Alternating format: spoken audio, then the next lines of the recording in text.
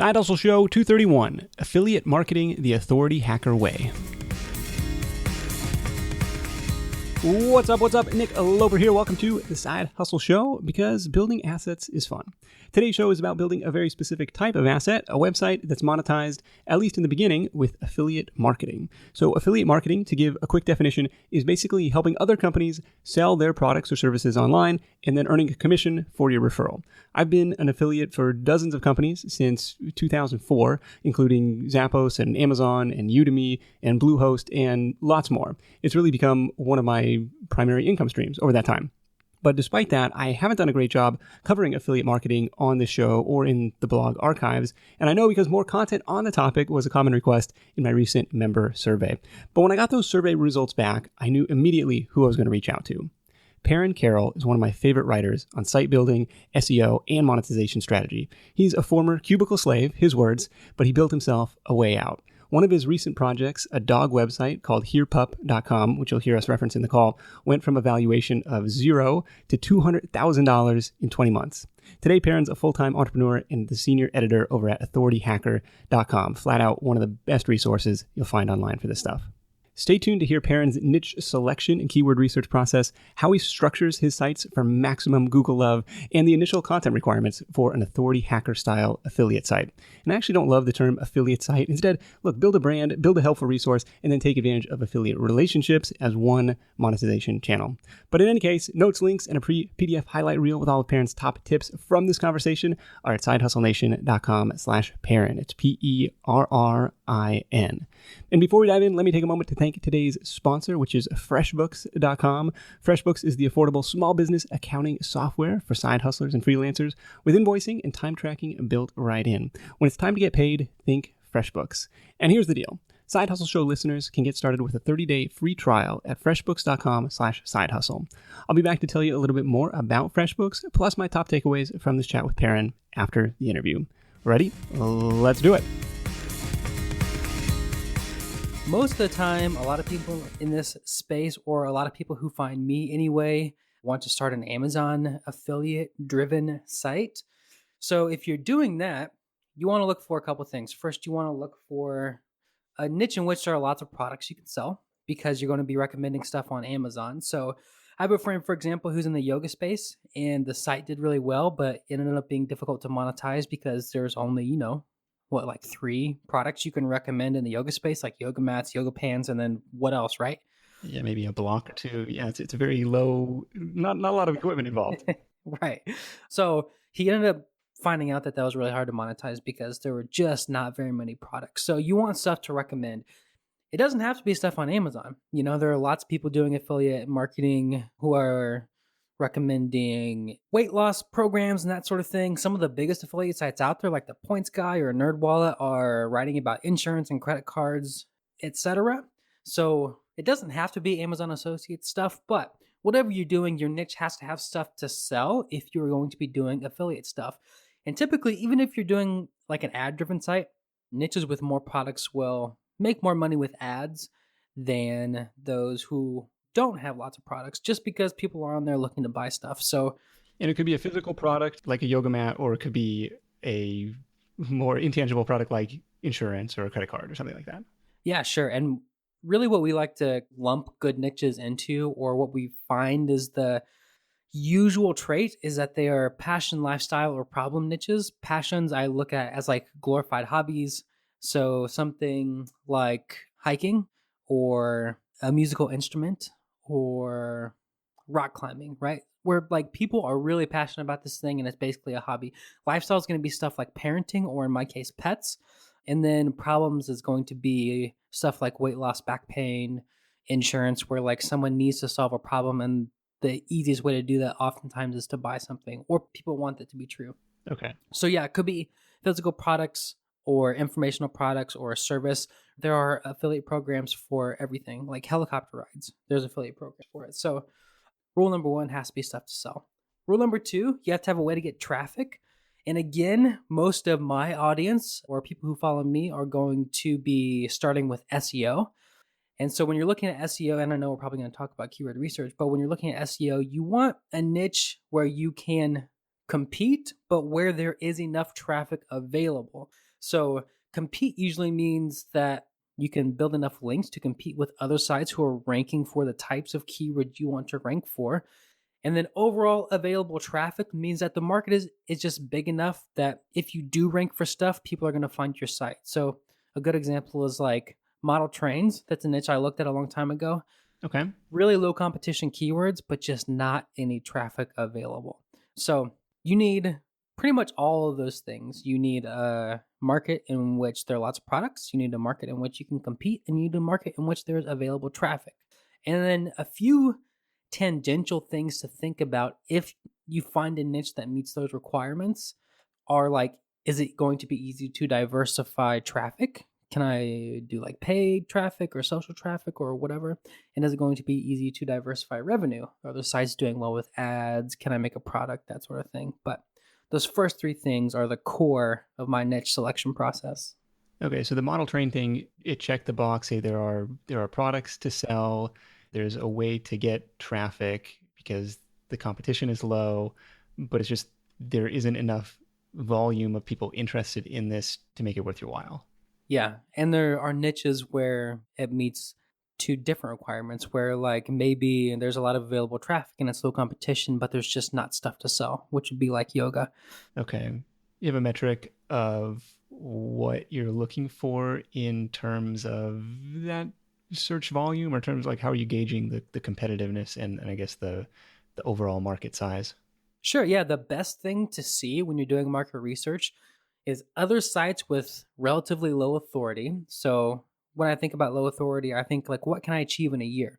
If a site's out there that has like 100 links, I know I can build about 100 links in a year if I'm going slowly, right? Or if the average beginner is building that much. If you see a site out there around that authority that has a lot of traffic and you can check traffic with SimilarWeb for free and they're doing well on the search engines, that's a really good sign. So that's the ideal scenario.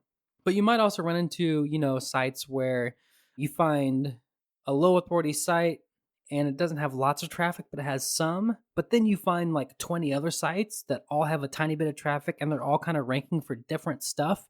If you combine all of that, you know that there's overall enough traffic to make money. But really, what I'm looking for most when I'm looking at market size and competition is low authority sites who have lots of traffic. So tell me about the HerePup site, because that seems, I don't know, that seems like that would have been saturated already. Like there's got to be 1,000,001, people who want to write a dog site because it's like everybody's got a dog. It's like it's a very common thing. Yeah, and that's what I guessed also. Okay. But when I started looking into it, and this is one of the things that I learned about bigger markets, and that's one of the reasons why I tend to like bigger markets now more than I like nichier markets, although nichier markets are still really, really powerful, is that there are just so many questions people have, and there are so many products that there's room to compete somewhere, right? So Okay. for HerePup, it was like really obscure questions like, can dogs cry? I don't know. Someone's asking it. In fact, like 1,700 people on Google are asking that question. Can dogs cry? Let's write about it. That article was like 700 words, and I think it ended up bringing like 10,000 visitors a month when it was sort of at its peak, and it's dropped from there. Or like, can dogs eat bananas? 18,000 people a month search for that. And it's a very simple question that you can answer in 500 words. I ended up compiling a bunch and making an infographic and doing really well for that keyword too. Okay. And then also just like random products. And I didn't know this about the niche, but when I started looking out there, I found lots of little dog sites that didn't have much authority that were all getting 20, 30, 40,000 visitors a month. So I was like, hey, if these sites can do it, I certainly can. And this is using the similarweb.com tool to estimate their traffic? Yeah, there are lots of ways. I use Ahrefs, which is probably my favorite tool. It's really like a one-stop shop tool. The drawback with Ahrefs is that it's expensive. SimilarWeb has a Chrome extension that you can plug in for free. Oh, and cool. then anytime you're on a website, you just click the button and you can see total traffic and you can see the percentage of that traffic that comes from search. And SimilarWeb tends to have a better database than anybody else. So I use Ahrefs because it's what I used to do all my research in one place. But for beginners, I usually really recommend SimilarWeb. Okay. Perfect. Yeah, what I'm seeing is kind of a shift from building these super niche sites like Spencer's survival, what is it, survivalknifereviews.com or something, to building a site that like is an order of magnitude broader in terms of, well, now we're going to talk about outdoors, anything like outdoor survival, Mhm. or this whole, I think John Dykstra gave the example, like if there's a magazine about this, if there's a cable channel about this topic, like those are great signs. Like there's this army of people who are interested in this topic versus going super niche. Is that what you're seeing as well? Yeah, there's going to be a correlation between the size of the market and how difficult it is, or the breadth of your site and how difficult it is. So if you write or if you create a site that is only about dog beds, the relevance can carry you a lot further than it might if you are writing a general dog site and you have a few dog bed articles. Okay. So if you build a broader site, it usually means your ceiling is much higher. So if you've got a dog site and then you want to rank for every dog article, you can certainly do that, but it's going to require a lot more marketing so that the domain, your website, has enough power and authority to rank for those more general terms. But the hyper relevant, hyper niche sites are still a really good place to start for a lot of people because link building and marketing is the most difficult skill in SEO, and hyper relevant sites don't need as much of that. It's kind of a trade-off. What we usually recommend is starting hyper niche with like one very good category, something where you can write about the same type of product for 50 articles, but pick a brandable domain. And then once you start making money, you can sort of slowly expand. So maybe you start with a site that's only about dog beds, but your brand is something more general about dogs like herepup.com, where it's Okay. not a big deal and it won't affect you if you want to slowly expand further. Gotcha. That makes sense. So yeah, like Shih Tzu, best Shih Tzu dogbeds.com or something. Right. Okay. Fair enough. What else going into that keyword research process? So this is just kind of, is there a minimum volume that you're looking for a primary keyword? Or is it something, hey, this is so broad, I'm not really concerned about a primary keyword anymore? Yeah, I don't look at primary keywords hardly at all. I look at the amalgam of all of the keywords that I might rank for. And generally, I don't pay attention to volume hardly at all. And here, Papa is going after keywords with like 10 volume, 20 volume. As long as it's not zero, I'm usually in. You would tell me, what's that metric again? The 10 volume, 20 volume? Yeah, so like if there's 10 monthly searches for a Oh, keyword, as long as the monthly searches aren't zero, I will usually go for the keyword if I think it's going to be profitable. And the reason for that is any keyword you go after, when you write that article, it's going to end up ranking for dozens or hundreds or sometimes even thousands of other related keywords. So the volume of one of those 100 keywords that your article ranks for really doesn't matter. A better way to judge the overall traffic an article might get if you're writing about a topic is to look at the top pages in the SERPs for that keyword. So you might Google best Shih Tzu dog beds, and then look at the traffic for those pages in total so that you can say, okay, if I write about this topic, the pages that are covering it tend to get X amount of traffic. And you can do that with Ahrefs, where you can plug in one URL and it'll tell you, like, this article, this page gets X amount of traffic. So if you're looking at dog beds, you might type in best Shih Tzu dog beds and you see that the top 3 articles are getting between maybe 1,500 and 500 visits a month. That's worth it because you have, X RPM or whatever. So I think keyword volume and primary keywords are antiquated by now. Usually we're looking at more holistic metrics. okay. Are you compiling all this into a spreadsheet, or just kind of like, well, I have a gut feeling about this? I will compile it into a spreadsheet for sure. And keyword research is one of the things that gets more difficult the more you learn about it. So there's a lot that goes into keyword research for me now, mostly because I'm starting bigger sites that are meant to be bigger brands and more general that take a lot more marketing and grow over time. Yeah. And when you do that, you want to get the technical SEO like really solid, and you start talking about stuff like silos and link structure and like site architecture. And so usually when I'm doing keyword research, it's inseparable from the plan for the whole site. So when I go to start a site and when I'm picking a niche, I really try to plan out everything that I'm going to be writing about. And I'm looking at the keywords first to say, like, is there opportunity here? And then I try to identify trends. So I might be saying, I see lots of dog bed articles. The pages ranking are getting lots of traffic. It looks profitable. Can I find 20 or 30 of those so I can put them in a silo? And if the answer is yes, then I might say, okay, I know I want a dog bed silo. What might be related to dog beds? Dog stairs or dog houses, right? Or kennels or whatever. Okay. And then I'll look at that one by one and try to find, related silos that I can build out. So they're really inseparable if you're going to go build like a true authority site. It's a lot easier if you're going to be like niching down in one really specific niche because you only have to do that one time. But then, yeah, you throw them all in a spreadsheet and you record the volume and usually the difficulty, and then start trying to produce some content. Difficulty just based on, okay, what is the page authority, domain authority of the other sites that are in the top 10? Yeah, basically every keyword tool has a keyword difficulty metric. And we actually did a huge analysis on AuthorityHacker that studied which is the most accurate. But generally, for any tool, they're going to have a KD and they're going to have a range of KDs, and you just want to try to find whatever that tool says is easy. For me, if I'm starting a new site, I just set a cutoff and say like, okay, anything below this, I'll just go ahead and go for.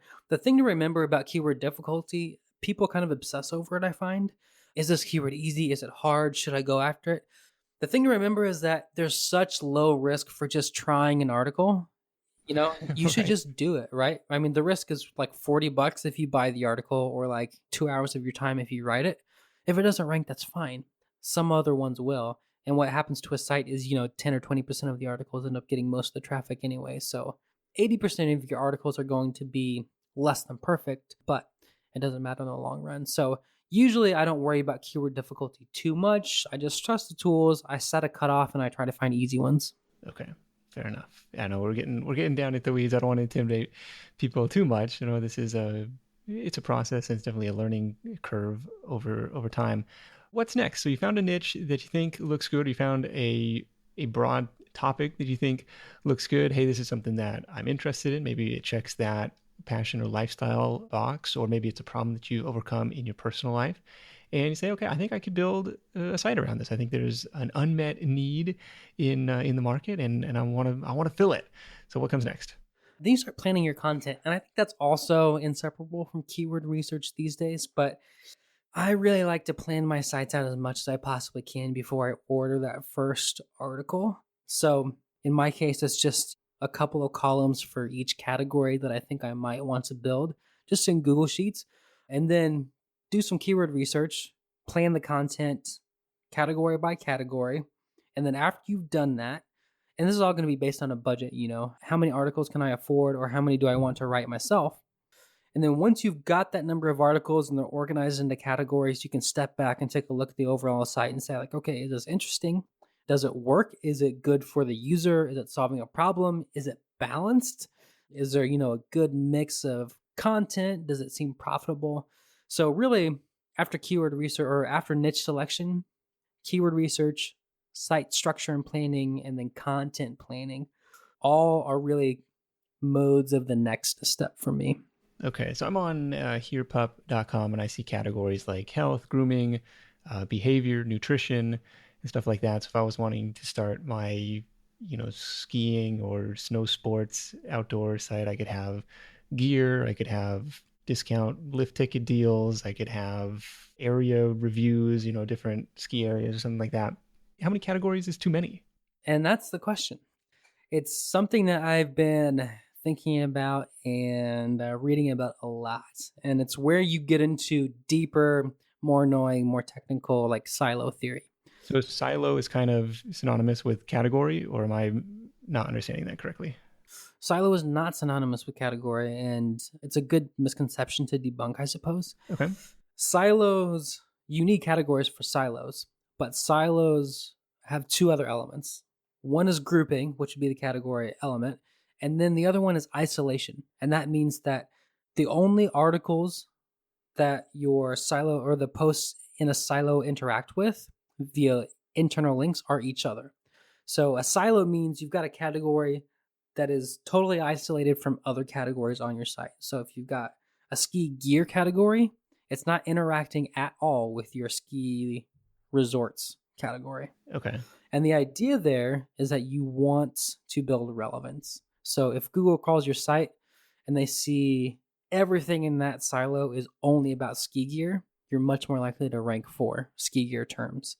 Instead of, say, having 100 articles on the site, they're all linking to each other.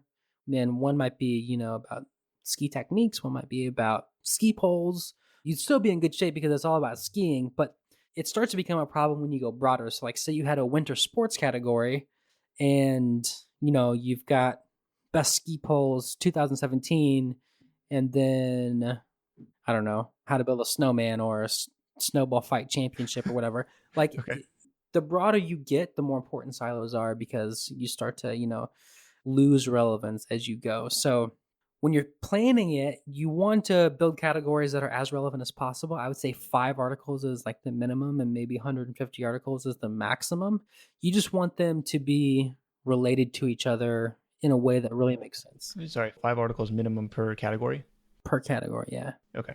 That's a conventional wisdom. There's a guy named Bruce Clay who is, the quote unquote godfather of silo theory. He's been writing about it for like a decade. Okay. And he says 5 article minimum. I haven't tested it myself, but Fair enough. yeah. And then once you get over like 100, it's like, that's just unwieldy. Okay. This is actually really good to hear, is to plan this out before you start the site or in the very early days of your site, because I have gone through a couple rounds of this trying to just clean up the Side Hustle Nation categories and rearrange content and do all this stuff, and it's a pain in the butt to do it after the fact, and trying just in the name of reorganization, trying to make some archive content more easily discoverable. And I'm getting there, but it's still like I have a long way to go when there's 500 articles to sort through, or even more before I deleted a whole bunch. So yeah, that's something. So say 5 to 10 categories or fewer. It doesn't really matter how many categories your site has. However, I think the most important thing when you're thinking about site structure, categories, and what you're going to put in there isn't necessarily like a number that Perrin Carrell pulls out of his butt arbitrarily. It's more what makes sense for the user. So if you've got a ski site and you want to create a gear category, is there only 20 things to really write about? Maybe stick them all in one. Or do people really care about ski poles and you want to have 40 reviews? Well, then ski poles might need its own category because that's what people are looking for, right? So Okay. keywords research has to guide you, and your market kind of has to guide you. But in the end, you want your categories to be as useful for the user as possible. Okay. So you're kind of mapping out this content that you're going to have to eventually write or get written. Do you put up a placeholder site while you're doing this process, or do you say I'm not going to launch until I have X number of articles like live and ready to go, or do I drip them out over time? Like, what does that process look like for you? It's different for me now. I don't think there's any advantage for placeholders or dripping. When I launched HerePup, my main skill is writing, so I have a little bit of an advantage. But for the first 2 months, I just wrote 60,000 words of content myself. And then as soon as those articles were done, I published them. When I launch sites now, I start with bigger budgets and I will order hundreds of articles at a time. And I've got a project manager and an editor, and I just publish them as soon as I can. So I might sit down on a weekend and publish 50 or 100 articles. I really don't think there's a big pro or con either way. If you look at sites like Huffington Post, they're publishing thousands a day. Yeah. But they know they're going to have another 1,000 tomorrow versus like, okay, now I'm not going to post anything for a while. Right, for sure. And the big advantage, I guess, is that the sooner you post something, the more time Google has to read it and it has to age and that sort of thing. So if you've got 100 articles, you can either publish them all today and they can start aging at the same time and showing up in the search engines in 3 months, or you drip them out over a year, and instead of having 100 articles in the search engines ranking and making money in 3 months, you've got a few showing up every month or something, 10 showing up every month. Gotcha. So that's the main advantage. Of course, you don't want to publish nothing for a long time, but the only time I've really seen that ever have a huge impact is when sites have stopped publishing for like 6 months or something. And hopefully at the end of 6 months, you've got some money coming in so you can start publishing again, Okay, because that signals, hey, this site might be dead or might not be as relevant anymore. Right. Or if you're really concerned about it and you don't have a ton of budget, or your site's making money, we all know SEO takes more time now, you can just go update some of your existing articles. So you say like, okay, what's another section to add? And you type another 150 words for it that's adds value to the article, makes sense for the user, and then you just update it and maybe go ask Google to crawl it again. That works too. That's also freshness, so you don't have to go order 20 more articles for $1,000 or whatever it is. Yeah. You can also just update your existing content. Where do you like to order content from these days? I use Word Agents. Word Agents is my favorite agency. I recommended them on Authority Hacker and in that community. And what I find is that Authority Hacker members have mixed reviews of Word Agents, and Word Agents has mixed reviews of Authority Hacker members. Okay. So the lesson there is that with agencies, you really need to be a good client. And if you're a good client, you can order from pretty much anywhere. So TextBroker is a place I always recommend if you are a good client. That means if you have a good brief, if you can communicate revisions and that sort of thing, you can get great content from TextBroker. There's a spectrum of places to get content. So Word Agents is going to be middle of the road to expensive, but it's very much hands off for me, which I like. And it's a luxury that I have when I have a little bit bigger of a budget. On the other end of the spectrum, you can hire one writer for relatively cheap and sort of pay as you go, or you can just write stuff yourself. Yeah. There's a million ways to do it. I really like going with agencies these days just because usually you can get writing, editing, and project management for, wrapped up in the same price. And the time you save editing and etc. yourself usually makes up for the cost. Okay. Word Agents is new to me. I'll have to check them out. I've done like 99 point something percent of my writing myself, but occasionally have reason to get some help with that. TextBroker is one I've used in the past. Hire Writers is one that I've used in the past. And there are a bajillion ways to do it. Chris Lee from RankXL, who's one of my favorite writers in SEO, he has a really good system for getting articles written for $5 on iWriter, and he just edits them until they're good, and he publishes hundreds of articles that way. Yeah. I think for most people starting out, it's like, well, I'm probably going to do it myself. So one thing that I've heard you talk about or write about is the concept of a linkable asset for a new site. What is a linkable asset? And if you can share any examples, that'd be cool. A linkable asset is just a piece of content that is good for content marketing. And in the world of SEO, that usually means it's going to get you more links. It can be anything. And because there's so many different ways to build links, you can build linkable assets in a bunch of different ways. A really easy one is going to be an infographic. So one of my favorite ways to build links is guestographics. I did an article on Backlinko that you can go read that basically outlines the process. But the idea is you create an infographic and then you email blogs in your niche and you say, hey, do you want to use this? That's a good linkable asset because it's pretty, it's not something people can easily create themselves, and it's something you can give them and they can use it on their site immediately, and they might just link back to your source. Okay. But it could be something like a tool. Tools are really popular linkable assets, like a really massive guide, which is something you'd see on like, QuickSprout or Backlinko. They do like lots of huge guides. It could be something that creates controversy. It could be just a better version of what's out there. So we do lots of skyscraper link building, and we won't go into that in too much detail, but the idea is, you find people who are linking at similar stuff and you say, hey, I have a really great resource on the same topic. Would you like to link to mine too? And usually when you do that, it's just a better version than what's out there. But the idea behind a linkable asset is that it's difficult to build links to any old article. Linkable assets are content that has a little bit more effort put into it, and it's a little bit more attractive for people to link to from their blog. Okay, so if you're writing, your 2017 best ski pole reviews article, like nobody wants to link to that because that's just like an affiliate post. Mm-hmm. But if you were writing, like, here are the 101 must-ride ski areas that every skier has to ski at before they die, like that's, the linkable asset. Yeah, and also like really actionable stuff usually does well. So step-by-step guide for tackling your first double black diamond or whatever it is, Okay. Something that usually what I like to do for linkable assets is like, okay, what could I create that people would want to save, like want to bookmark, even if it's out there somewhere else. If someone lands on it, like they want to bookmark. A really good example on HerePup is that big keyword, can dogs eat bananas? that has like 18,000 people searching for it. I think HearPup ranks like number 3 right now. I took a bunch of those similar keywords, can dogs eat bananas, can dogs eat apples, blah, blah, blah, and created a big infographic that just had like safe foods, in moderation foods, and harmful foods. And I put them all in one infographic, and that was it. It was just a picture of the food broken into those 3 sections. But I knew that if people looked at that, they'd be like, oh my God, I'm never going to remember all this. I want to save this, right? Oh, okay, okay. And so that did extraordinarily well. It attracted, I think, 20 to 30 links and has been pinned tens of thousands of times. But something that's highly useful like that, where like people will want to save it, usually makes the best infographics. Or not infographics, but linkable assets. Okay.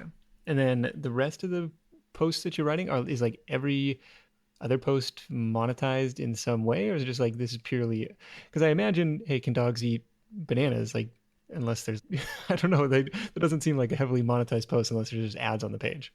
Yeah, there's no banana affiliate programs. Yeah. So yeah, we're gonna link to Chiquita. Okay. yeah. So one of the things that I've learned a lot over the years is how to diversify revenue. And the idea that I started with was just writing affiliate articles for Amazon and not doing anything else. Now, because there's only so much you can do in most markets with affiliate content, I really try to get revenue from lots of different sources, and I usually call it a revenue stack. And I like to use that term because I like to do them one by one. So I will get affiliate content working. After that's working, I will stack ad revenue, usually like one source like AdSense. After AdSense is working, I'll stack media.net, which is a favorite ad network for me. After ads are working, I might try to create my own product and collect emails, whatever it is. You stack these revenue sources on so that it's not a matter of monetizing every individual article, but the site as a whole and monetizing your traffic as a whole. Usually for most sites, what that looks like for me is I'll start with a core of affiliate content, 50 articles, 100 articles, whatever it is. And then that mostly doesn't grow much over the life of the site. But then I add lots and lots of informational content, stuff that might not make as money per visitor as affiliate content, but still makes good money with ads and is easier to write. Okay. Okay. Yeah. No, my mind is going back to Swim University with Matt Giovannisi. He did the infographic example too. It was like 50 ways to jump into a pool, I think, and it went viral on Reddit or something that he made himself. It was like not making him any money, but building links back to his site and getting people there for his like, well, here's the pool chemicals you need, affiliate link type of stuff. Or, he's selling display ads and stuff on that site as well, private ads. Okay. So that makes sense. And, what I started learning with HearPup was that ads can do really well. This is when I met John Dykstra. Is it Dykstra or Dykstra? Do we know? I don't know. I said Dykstra. Okay. I'll have to ask him. I talk to him like once a week. I started talking to him and he was like, man, you got to put ads on your site. You're getting so much traffic. And started experimenting. And when I first put ads on there, I made like, $300 or something. But then if you just keep optimizing it, it's not hard to do. I ended up making like $2,000 a month at one point from ads, and it's just really good money. At that point, it was 30% of the total revenue. Wow. And what kind of traffic was that with? That was with like 170,000 a month sessions. Okay. Ads can be really good, and that's one of the things we teach in our programs is you start with affiliate content, and the next thing you do after you start getting traffic is put some ads on there, because ads usually don't take away from affiliate clicks. They're super low commitment. It takes like 5 minutes to install AdSense, Yeah. And every visitor that comes to your site's going to be worth something. All right. I might play around with some of that. Okay. I don't know. I don't have that near that kind of traffic for some of these smaller sites, but $2,000 a month is maybe conglomerized or aggregated. Okay, so I've built this body of content. I've kind of brainstormed and built out maybe a couple of these linkable assets. I've done my outreach for those. It sounds like that's kind of where you're getting your first links for this new site as well. I made this, what can dogs eat infographic, or I made 50 ways to jump into a pool infographic. And now I'm reaching out to people who might be interested in that and be like, you feel free to use this on your site, just attribute it back to me, or what does that process look like? Yeah, for Gusto graphics, I really like a softer two-step outreach. First email is just like, hey, I created this. Do you want to see it? Oh my gosh, don't do that. I hate that. Do you Are you really? teaching that? People The, do that all the time. It's like, I'm not curious enough to reply to you, yeah. so no. I actually tested it both ways like a month ago. I tested the two-step outreach and then I tested just dropping it in the first email Yeah. and seeing how people replied. And my conversion rate was about double.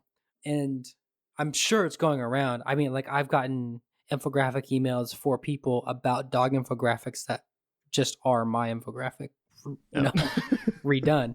So like I know they're out there. But the good thing about the two-step outreach is that the ask is so soft. It's like, just do you want to see it? Yes or no, that's fine. And then after I send the infographic, I will offer to write a blurb like, hey, if you like this, I can write something to go along with it. And then that's what people usually really respond to. Okay. I love that you split tested this too. Yeah, man, test everything. You got to have the data. Like, it was, a year ago where I realized I was just kind of working on intuition and that I needed to start testing everything. Okay. It's important. Yeah. But yeah, that's what you do for infographics. You don't have to do infographics. Say you've got, if your niche is hardwood floors, it's going to be tough to create an exciting infographic, right? So you have to look at the different types of link building, and there are core types of link building, the classics that have always worked, that have always been white hat. And you just go test a couple, do some small campaigns for maybe guest posting, broken link building, skyscraper, infographics, and see what your market responds to, and then just do more of that. Fair enough. We've had a link building episode or SEO for bloggers episode recently with Joseph Hogue. Oh, nice. So we'll link that up in the show notes as well. So I think there's some tactics in there you might be able to use. It's a little bit tougher. Building links for Side Hustle Nation is easy because it's like very much personally branded. And I guess if it's, if you're writing a dog site and you love dogs, like that's easier to do as well. But okay, well, I'm in this niche only because the keyword research told me it was a good place to be. And then it's like, well, I don't know, I have a harder time like doing the outreach for that. Like, are you creating your own dedicated email account with a pen name for, those outreach emails, or are you just sending them all from your main email account? I do have a persona. I only use it because I'm kind of in the public sphere and I have a huge problem with copycats. Yeah. If I didn't, I probably would just email as myself. It doesn't matter. I do like to set up a separate account. I like Google Suite because you can send more emails and you're much less likely to be sent to spam folders, and the rules are a little bit more lenient, and you can have a brand email address. You can have perrin@herepup.com or whatever. Yeah. You don't necessarily need a persona to outreach to people. Like, you don't have to be a personality to outreach to people. I have a friend named Mo who has ridiculous conversion rates for his campaigns. So to give you an example, typical campaign for me converts at 2 or 3%. That means for every 100 emails I send, I'm going to get 2 or 3 links. His are like 10 or 15%. And Wow. the reason is because he sends fewer emails, but for every site and person he emails, he starts with, what's the benefit for them? I'm emailing them, well, what do they get out of it? And that's where he starts conversation, and he converts a lot more people. That's a really good technique if you're not a personality, your niche isn't very exciting, you're not passionate about it. It's just to start with like benefit focused outreach. And you can do that with anything. With guest posting or infographics or broken link building, those are sort of primed for that conversation. But it's a good place to start. Fair enough, man. Well, Perrin, this has been awesome. Again, AuthorityHacker.com. You can check out their authority site system. We are scratching the surface of this stuff. We're trying to bundle half a decade worth of knowledge or more into this conversation, but there is obviously a lot to learn, and such a cool business because there's a million different ways to monetize and ways to grow this thing. So exciting stuff, Perrin. Thank you so much for joining me. Let's wrap this thing up with your number one tip for Side Hustle Nation. Yeah, so I know your audience is making money a bunch of different ways, and they might not want to go all in on a big branded site. So I would say if you are, going to just try building a website that makes passive money, you should start super duper niche-y. It's okay to start a site on ski poles just to try it and see if it's worth it. Because as you're learning, you don't want to be spending a bunch of time and money that you could be spending making money in other ways. So my number one tip is to, for your first site, niche down as much as you can. Fair enough, man. It's okay to start super niche. Well, we're going to see hopefully some ski pole sites coming out of this conversation. Shouldn't have said that. All right. Well, we'll do the keyword research on that one. Perrin, thank you so much for joining me. We'll catch up with you soon. Take care. This edition of The Side Hustle Show is brought to you by FreshBooks.com. As your side hustle starts to grow and you begin to score more clients, you're going to want an organized and professional way to get paid. And that's where FreshBooks comes in. They know side hustlers because the whole company started as a side hustle. Now today, the award-winning cloud accounting software helps entrepreneurs like us keep our paperwork in check without spending a ton of time. And I got to tell you, it's a pretty satisfying feeling to whip up a professional looking invoice in under a minute. And of course, it's an even better feeling when I get the notification that it's been paid. So if you haven't already, check out the freshly redesigned FreshBooks.com platform. They've gone through feature by feature to make it even more intuitive and easy to use. You can use their built-in time tracking tool to log your hours and the expense management option to organize all those receipts into legit business tax deductions. And you can do it all on the go with the FreshBooks mobile app as well. See how the all-new FreshBooks can save you time dealing with your paperwork so you can spend more time making your hustle happen. Go to freshbooks.com/sidehustle to start your 30-day free trial today. That's freshbooks.com/sidehustle and enter the Side Hustle Show in the How Did You Hear About Us section. All right, my top takeaways from this call with Perrin. Number one, don't skip the prep and planning. Remember, Perrin's big three in niche selection were products to sell, a source of traffic, and the ability to compete for that traffic. So if you can't check those boxes with a reasonable level of confidence, probably back to the drawing board on niche selection.